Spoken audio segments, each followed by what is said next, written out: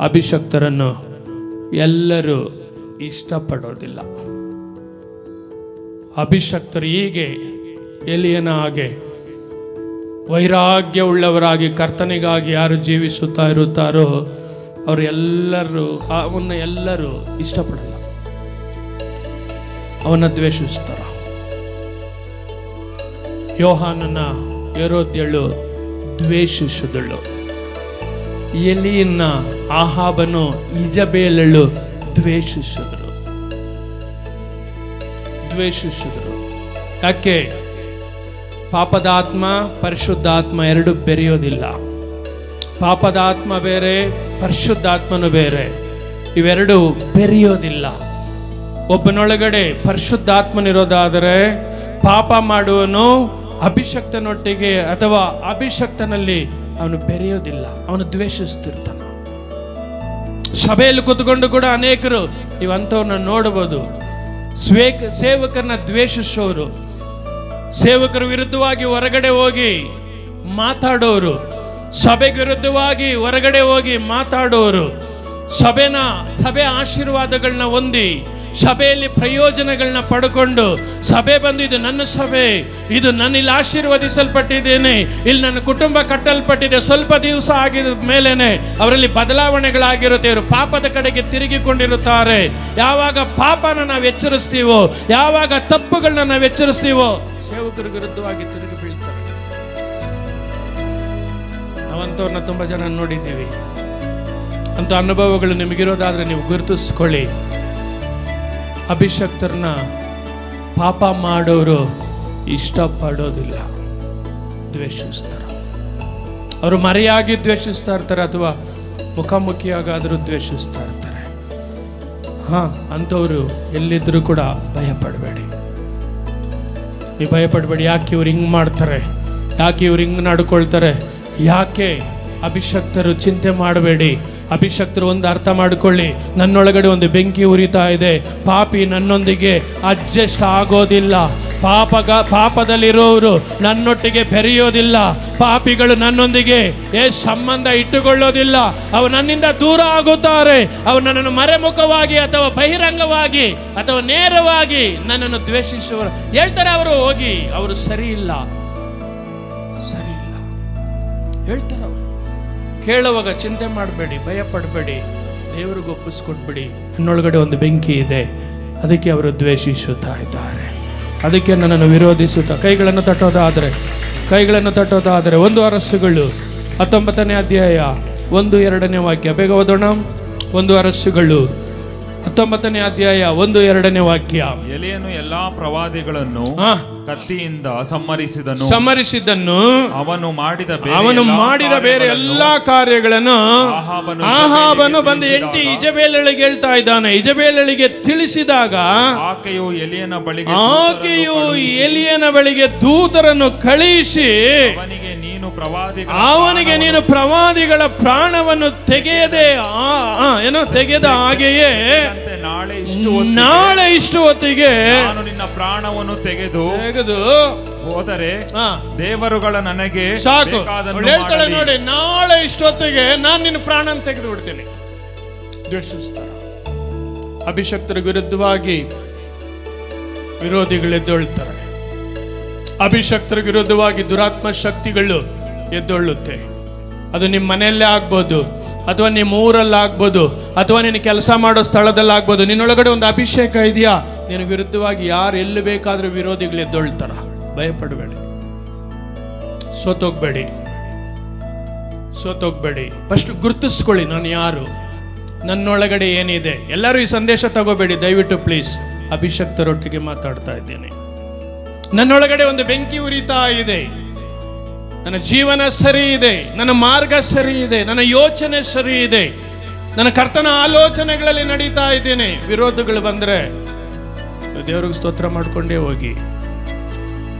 17-18ನೇ ವಾಕ್ಯದಲ್ಲಿ ಎಲಿಯನು ರೋಷವುಳ್ಳವನಾಗಿದ್ದನು. ಯಾವಾಗ ಈ ಶಬ್ದ ಕೇಳಿದನೋ ಅಭಿಷಕ್ತರಿಗೆ ಸೋರುವಿಕೆಗಳು ಬರುತ್ತೆ, ಹೋರಾಟಗಳು ಬರುತ್ತೆ, ಕಷ್ಟಗಳು ಬರುತ್ತೆ, ನಿಂದೆ ಅವಮಾನಗಳು ಬರುತ್ತೆ. ಬಂದಾಗ ಅಯ್ಯೋ ಎಲಿಯನ್ ಇದನ್ನೇ ಮಾಡಿದ್ದು, ನಾನು ಸತ್ತೋಗ್ತಾರೆ ಚೆನ್ನಾಗಿರುತ್ತೆ. ಇನ್ನು ಬೇಡ,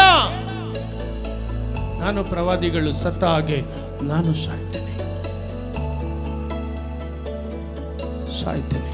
ಬರುತ್ತೆ, ನಷ್ಟಗಳು ಬರುತ್ತೆ, ಕಷ್ಟಗಳು ಬರುತ್ತೆ. ಅಂತ ಸಮಯದಲ್ಲಿ ಪರಲೋಕದ ದೇವರು ಅಭಿಷಕ್ತರನ್ನು ಮರೆಯುವುದೂ ಇಲ್ಲ, ಕೈ ಬಿಡುವುದೂ ಇಲ್ಲ. ಯಾರಿದ್ದೀರಿ ಅಭಿಷಕ್ತರುಗಳು? ಯಾರಾದರೂ ಒಳಗಡೆ ಇರೋದಾದರೆ ಇವತ್ತು ನಿಮ್ಮೊಟ್ಟಿಗೆ ಕರ್ತನು ಮಾತನಾಡುತ್ತಾ ಇದ್ದಾನೆ. ನಿನ್ನ ಮೇಲೆ ಆತ್ಮನ ಅಭಿಷೇಕ ಇರೋದಾದರೆ ಹೋರಾಟಗಳು ಬರುವಾಗ ಸೋತು ಹೋಗೋದು ಉಂಟು, ಸೋತೋಗ್ತೀವಿ. ತಕ್ಷಣ ನೀವು ದೇವರನ್ನ ನೋಡಿ ಆಗೋದಿಲ್ಲ. ಆದರೂ ದೇವರು, ನಾನು ನಿಮಗೆ ಹೇಳ್ತೀನಿ, ನಿಮ್ಮನ್ನು ಮರೆಯೋದಿಲ್ಲ, ನಿಮ್ಮನ್ನು ಕೈ ಬಿಡೋದಿಲ್ಲ, ಕೈ ಬಿಡೋದಿಲ್ಲ. 17ನೇ ಅಧ್ಯಾಯ ನೀವು 2-3ನೇ ವಾಕ್ಯ ಓದ್ಕೊಂಡ್ರೆ ಕರ್ತನು ಅಭಿಷಕ್ತನಿಗಾಗಿ ಕಾಗೆಗಳನ್ನು ಕಳುಹಿಸುತ್ತಾ ಇದ್ದಾನೆ. ಕಾಗೆಗಳನ್ನ, ಕಾಗೆ ಅಲ್ಲ ಕಾಗೆಗಳನ್ನ. ಅಲ್ಲೆಲ್ಲೂಯ. ಸೋತೋಗಿ ಹೋಗಿ ಒಂದು ಜಾಲಿ ಮರದ ಕೆಳಗಡೆ, ಬೇಡ ಜೀವನ, ಬೇಡ ಜೀವನ, ನಾನು ಸತ್ರೆ ಚೆನ್ನಾಗಿರುತ್ತೆ, ಮರಣವನ್ನು ಅಪೇಕ್ಷಿಸುತ್ತಾ ಇದ್ದಾನೆ. ಅಲ್ಲೆಲ್ಲೂಯ. ಅಂತ ಸಮಯಗಳಲ್ಲೂ ದೇವರು ಮರಣಕ್ಕೆ ನಿನ್ನನ್ನು ನನ್ನನ್ನು ಒಪ್ಪಿಸಿಕೊಡೋದಿಲ್ಲ. ಆತನು ಕಾಗೆಗಳನ್ನ,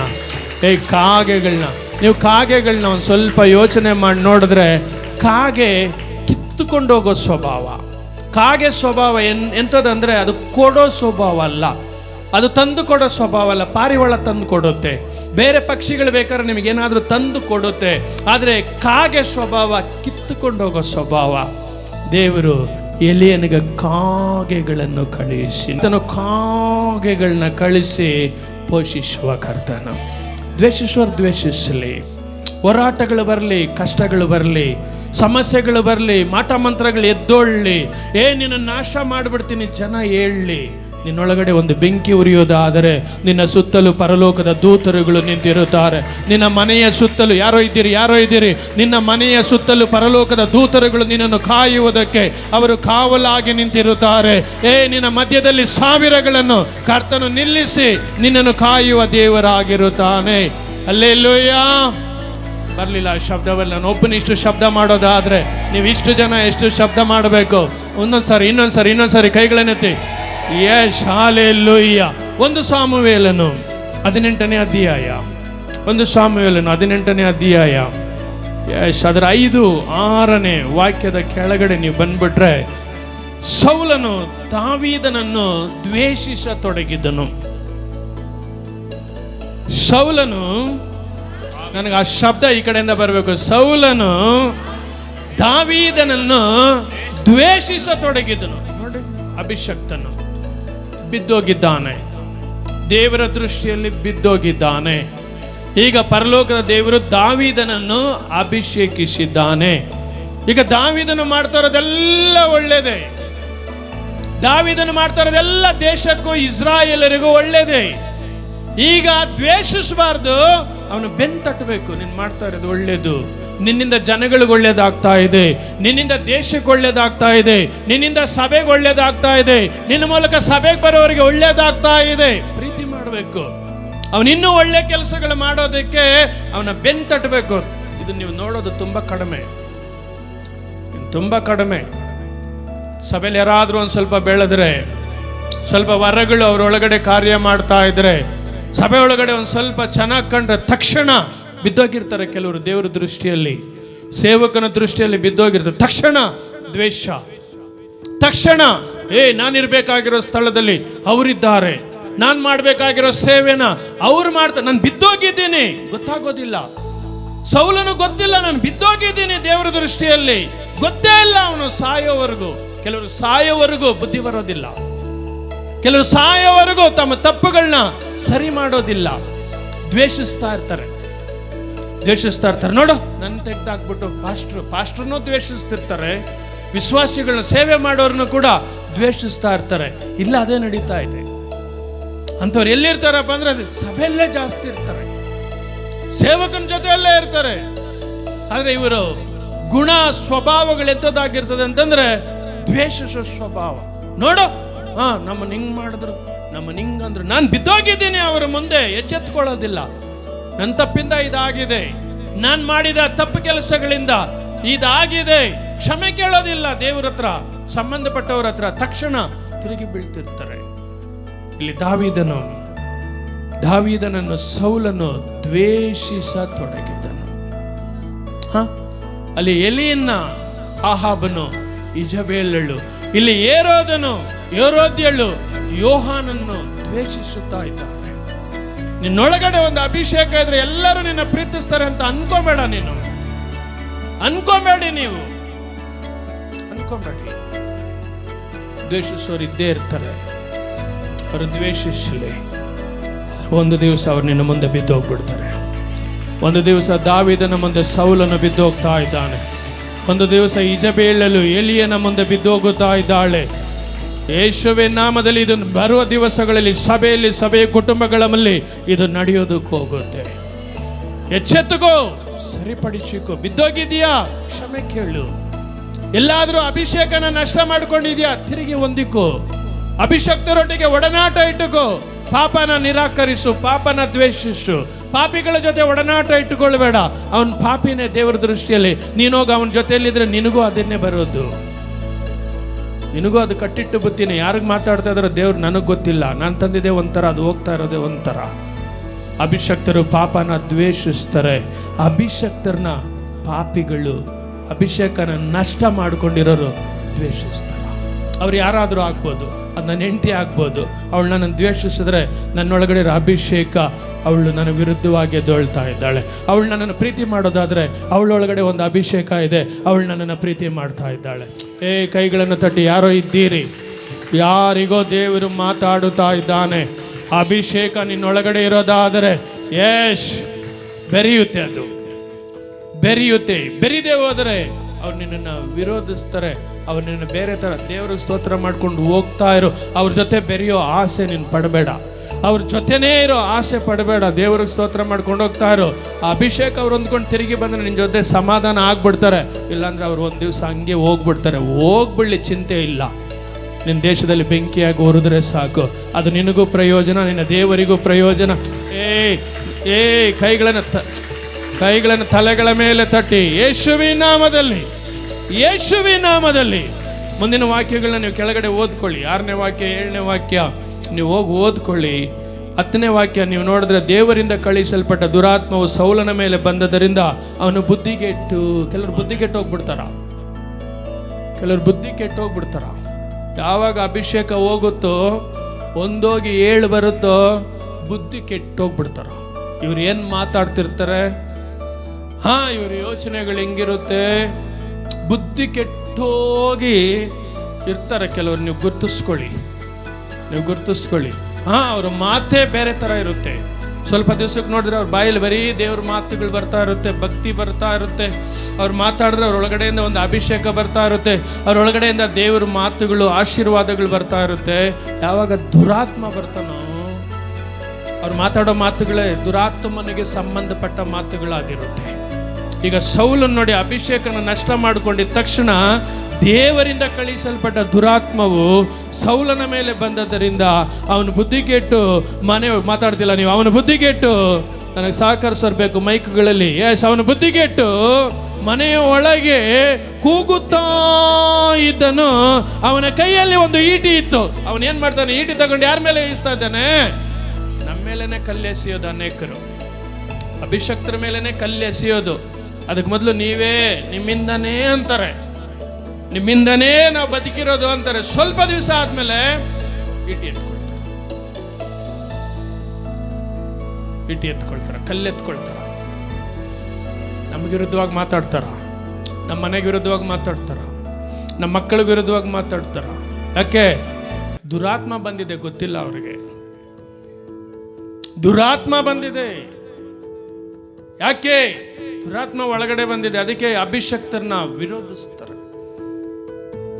ಅಂಥವ್ರು ಯಾರಾದರಿದ್ರೆ ಇವತ್ತು ಬದಲಾಗ್ಬಿಡಿ. ನಿಮ್ಮೊಳಗಡೆ ಇರೋ ಬೆಂಕಿನ ಉರಿಯೋದಕ್ಕೆ ಒಪ್ಪಿಸಿಕೊಡಿ. ನಿಮ್ಮೊಳಗಡೆ ಇರೋ ಅಭಿಷೇಕ ಬೆಂಕಿಯಾಗಿ ಉರಿಯಲಿ. ದುರಾತ್ಮನ ಶಕ್ತಿಗಳು ಸುಟ್ಟು ಹೋಗಲಿ. ದುರಾತ್ಮನ ಕಾರ್ಯಗಳು ನಿಮ್ಮೊಳಗಡೆ ಸುಟ್ಟು ಹೋಗಲಿ. ಯೇಸುವಿನ ನಾಮದಲ್ಲಿ. ಹಲ್ಲೆಲೂಯಾ. ನನಗೆ ತುಂಬ ಇಷ್ಟ ಆಗಿದೆ. ನೀವು ಕೆಳಗಡೆ ಹಂಗೆ ಓದ್ಕೊಂಡು ಬಂದರೆ, ಈ ಸೌಲನು ದಾವೀದನ ಸಂಗಡ ದೇವರು ಪರಿಶುದ್ಧ ಆತ್ಮನು ಇರೋದನ್ನು ನೋಡಿ ಸೌಲನು ಭಯ ಪಡ್ತಾ ಇದ್ದಾನೆ. ಇದೇ ಅಧ್ಯಾಯದಲ್ಲಿ 2 ಕಡೆ ಇದೆ, ಕೊನೆ ವಾಕ್ಯದಲ್ಲೂ ಇದೆ, 28ನೇ ವಾಕ್ಯದಲ್ಲಿದೆ. ಯೆಹೋವನು ದಾವೀದನ ಸಂಗಡ ಇದ್ದಾನೆಂದು ಸೌಲನು ತಿಳಿದು. ನಿಮ್ಮೊಳಗಡೆ ಅಭಿಷೇಕ ಇದ್ದರೆ, ನಿಮ್ಮೊಳಗಡೆ ಪರಿಶುದ್ಧಾತ್ಮನಿದ್ರೆ ನಿಮ್ಮನ್ನು ಯಾರು ವಿರೋಧಿಸ್ತಾರೋ, ನಿಮ್ಮನ್ನು ಯಾರು ಹಾಗೆ ಮಾಡ್ತಾರೋ, ನಿಮ್ಮೊಳಗಡೆ ಇರೋ ಅಭಿಷೇಕ ಒಂದು ದಿವಸ ಅವರಿಗೆ ಗೊತ್ತಾಗುತ್ತೆ. ಒಂದು ದಿವಸ ಬಂದು ಅವ್ರು ನಿಮ್ಮ ಮುಂದೆ ಬಿದ್ದು ಬಿಡ್ತಾರ. ಅರ್ಥ ಆಗಲಿಲ್ಲ ಯಾರಿಗೋ, ಸುಮ್ಮನೆ ಕೈ ತಟ್ತೀರಿ. ಅರ್ಥ ಆದರೆ ನೀವು ಎದ್ದು ನಿಂತು ಕೈ ತಟ್ತೀರಿ. ಅವನು ಈ ದೇಶದ ಅರಸನಾಗಿದ್ದರೂ ಸರಿ, ಅವನ ಅಭಿಷಕ್ತನಿಗಿಂತ ಅವನು ದೊಡ್ಡವನಲ್ಲ. ಈ ಅಭಿಷಕ್ತನ ಮುಂದೆ ಎಲ್ಲರೂ ಸಣ್ಣವರೇ, ದೇವರೊಬ್ಬನೇ ದೊಡ್ಡವನು. ಇನ್ನೆಲ್ಲ ಸಣ್ಣವರೇ. ಮೊದಲು ನಿಮ್ಮನ್ನು ಹಿಂಗೆ ನೋಡ್ಕೊಳ್ಳಿ, ನೀವು ಹಿಂಗೆ ನೋಡ್ಕೊಳ್ಳೋಕೆ ಹೋಗ್ಬೇಡಿ. ಅಭಿಷಕ್ತನಂಗಲ್ಲ, ಅವನು ಸಾಯೋವರೆಗೂ ಅಗ್ನಿ ಜ್ವಾಲೆ. ಅವನು ಬದುಕಿರೋವರೆಗೂ ದೇಶಕ್ಕೆ ಆಶೀರ್ವಾದ, ಅವನು ಬದುಕಿರೋವರೆಗೂ ದೇಶಕ್ಕೆ ಸಮಾಧಾನ, ಅವನು ಬದುಕಿರೋವರೆಗೂ ದೇಶಕ್ಕೆ ಬಿಡುಗಡೆ, ಅವನು ಬದುಕಿರೋವರೆಗೂ ದೇಶಕ್ಕೆ ಉಜ್ಜೀವನ. ಇವನೇ ಅಭಿಷಕ್ತನು, ಇವಳೇ ಅಭಿಷಕ್ತಳು. ಸುಮ್ಮನೆ ಸಭೆಗೆ ಬಂದು ಹೋಗೋರಲ್ಲ. ಅವನೊಳಗಡೆ ಒಂದು ಬೆಂಕಿ ಉರಿತಾ ಇರುತ್ತೆ. ಅವನು ಎಲ್ಲಿರ್ತಾನೋ ಅಲ್ಲಿ ಸಂತೋಷ.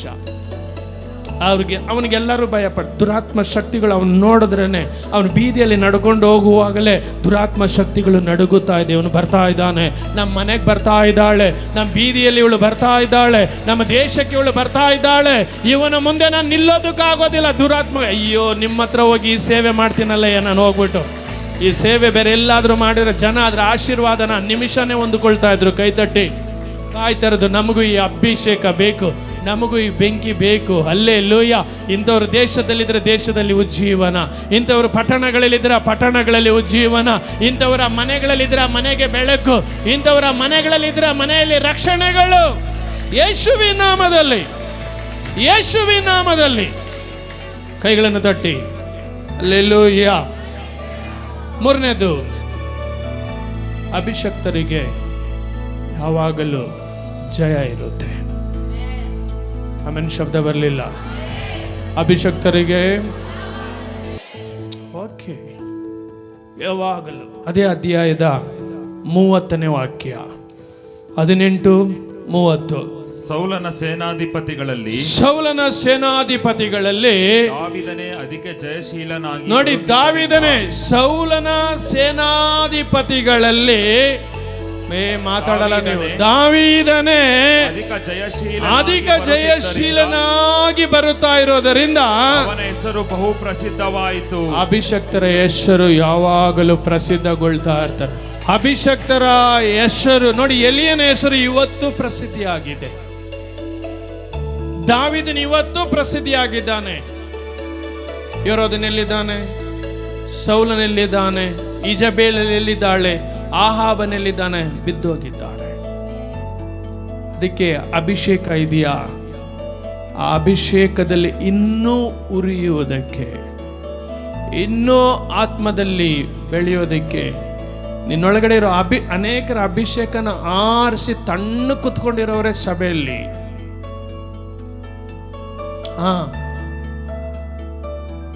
ಅಭಿಷೇಕನ ನಷ್ಟ ಮಾಡಿಕೊಂಡ್ರೆ ನೀನು ಬದುಕಿ ಸತ್ತವನಿಗೆ ಸಮ. ನಿನ್ನಿಂದ ಯಾರಿಗೂ ಉಪಕಾರ ಇಲ್ಲ. 100-200 ರೂಪಾಯಿ ದುಡಿಬೋದು ಅಷ್ಟೇ ನೀನು. ಅದಕ್ಕಿಂತ ನೀನೇನು ಸಾಧನೆ ಮಾಡೋದಕ್ಕಾಗೋದಿಲ್ಲ. ನಿನ್ನೊಳಗಡೆ ಅಭಿಷೇಕ ಅನ್ನೋ ದೀಪ ನಿನ್ನೊಳಗಡೆ ಉರಿಯೋದಾದರೆ ನೀನು ದೇಶಗಳಿಗೆ, ನೀನು ಜನಾಂಗಗಳಿಗೆ, ನೀನು ಜಾತಿಗಳಿಗೆ ಅಭಿಷೇಕ ಇದೆಯಾ ಅದನ್ನು ಗುರುತಿಸಿಕೊಂಡು ಆ ಅಭಿಷೇಕ ನಿನ್ನಿಂದ ಹೊರಗಡೆ ಬರೋ ಪ್ರಾಯಸ ನಿನ್ನ ಪಡು, ಆಶೀರ್ವಾದಗಳು ನಿನ್ನನ್ನು ಹಿಂಬಾಲಿಸ್ಕೊಂಡು ಬರುತ್ತೆ. ಆಮೇನ್ ಶಬ್ದ ಬರಲಿಲ್ಲ, ಆಮೇನ್ ಶಬ್ದ ಬರಲಿಲ್ಲ. ಇನ್ನೊಂದು ಸಾರಿ 1 ಸಾಮುವೇಲನು 18:30ನೇ ವಾಕ್ಯ. ಸೋದರನ ಫಿಲಿಸ್ಟಿಯ ಪ್ರಭುಗಳು ಯುದ್ಧಕ್ಕೆ ಬಂದಾಗಲೆಲ್ಲ ನಮಗ 130 ಕೋಟಿ ನಮಗೆ ವಿರುದ್ಧವಾಗಿ ನಿಂತ್ಕೊಳ್ಳುತ್ತಾರೆ. 1-2 ಅಲ್ಲ. ನನ್ನ ಮೂಲಕ ಒಂದು ಕುಟುಂಬ ರಕ್ಷಣೆಗೊಳ್ಳುತ್ತೆ, ನನ್ನ ಮೂಲಕ ಒಂದು ಪಾಪಿ ಮನ ತಿರುಗ್ತಾನೆ, ಒಂದು ದೇಶಕ್ಕೆ ನನ್ನಿಂದ ಪ್ರಯೋಜನ ಆಗುತ್ತೆ. ಅಂದರೆ ಆ ದೇಶಕ್ಕೆ ವಿರುದ್ಧವಾಗಿರುವ ಎಲ್ಲ ದುರಾತ್ಮ ಶಕ್ತಿಗಳು ನನಗೂ ನಿನಗೂ ವಿರುದ್ಧವಾಗಿ ಎದ್ದೇಳ್ತೇವೆ. ಆದರೂ ನಾನು ಭಯ ಪಡಬಾರ್ದು. ತಕ್ಷಣ ತಿರುಗಿ ಹೇಳಬೇಕು, ಜಯ ಯೋಹೋ ನನಗೆ, ಯುದ್ಧವೋ ಯೆಹೋವನದು, ಜಯವೋ ನನಗುಳ್ಳದು. ಯೆಹೋವನು ನನಗೆ ಜಯ ಕೊಡುತ್ತಾ ಇದ್ದಾನೆ. ನಾನು ಜಯಶಾಲಿಯಾಗುತ್ತಾ ಇದ್ದೇನೆ. ನನ್ನ ಹೆಸರು ಹಿಂದಿಂದಿಗಿಂತಲೂ ಇನ್ನು ಹೆಚ್ಚಾಗಿ ನನ್ನ ಜಾತಿ ಜನಗಳ ಮಧ್ಯದಲ್ಲೇ ಪ್ರಸಿದ್ಧಗೊಳ್ಳುವುದಕ್ಕೋಗುತ್ತೆ. ಲೂಯ ಶಬ್ದ ಬರಲಿಲ್ಲ. ಈ ಸೇವೆ ನಾನು ಬೇರೆ ಎಲ್ಲಿ ಮಾಡಿದ್ರು ಕೂಡ ನನಗೂ ಸಂತೋಷ ಇರುತ್ತೆ. ಸೇನಾಧಿಪತಿಗಳಲ್ಲಿ ದಾವೀದನೇ, ಅಲ್ಲಿ ನಿಮ್ಮ ಹೆಸರು ಹಾಕೊಳ್ರಿ, ದಾವೀದನೇ ಜಯಶೀಲನಾಗಿ ಬರುತ್ತಿದ್ದರಿಂದ ಅವನ ಹೆಸರು, ನೀವು ಮಾತಾಡೋದಿಲ್ಲ ರೀ, ಅವನ ಹೆಸರು ಮಾತಾಡ್ರಿ, ಅವನ ಹೆಸರು ಪ್ರಸಿದ್ಧಿಯಾಯಿತು. ಅಲ್ಲಿ ನಿಮ್ಮ ಹೆಸರು ಹಾಕೊಳ್ರಿ, ನನ್ನ ಹೆಸರು ಪ್ರಸಿದ್ಧಿಗೊಂಡಿತು. ಅಲ್ಲೆಲ್ಲೂಯ. ನೀನು ಒಬ್ಬನಾದ್ರೆ ಬೇಗ 100 ಜನ ಆಗ್ಬಿಡ್ತೀಯ, ನೀನು ಒಬ್ಬಳಾದ್ರೆ ಬೇಗ 1000 ಜನ ಆಗ್ಬಿಡ್ತೀರಿ. ಹಾಗೆ ದೇವರು ನಿನ್ನ ಮೇಲಿರೋ ಅಭಿಷೇಕ ನೀನು ಒಬ್ಬನೇ ಆಗಿರೋದಿಲ್ಲ. ಊರಲ್ಲಿ ನೀನು ಈ ಅಭಿಷೇಕ ನಿನ್ನೊಳಗಡೆ ಇದ್ರೆ ನೀನು ಊರವರೆಲ್ಲ ಬಂದು ನಿನ್ನ ಜೊತೆ ಸೇರ್ಕೊಬಿಡ್ತಾರೆ. ನಿನ್ನ ಜಾತಿ ಜನಗಳೆಲ್ಲ ಬಂದು ನಿನ್ನ ಜೊತೆ ಸೇರ್ಕೊಬಿಡ್ತಾರೆ. ಯಾಕೆ? ನಿನ್ನ ಹೆಸರು ದಿನೇ ದಿನೇ ದಿನೇ ದಿನೇ ದಿನೇ ದಿನೇ ಪ್ರಸಿದ್ಧಿ ಆಗ್ತಾ ಇದೆ. ಅವರು ನಿನ್ನ ಜೊತೆ ಇರೋದಕ್ಕೆ ಆಸೆ ಪಡ್ತಾರೆ. ಆ ದಿವಸಕ್ಕೋಸ್ಕರ ನೀನು ನಾನು ಬದುಕಿರ್ಬೇಕಷ್ಟೇನೆ.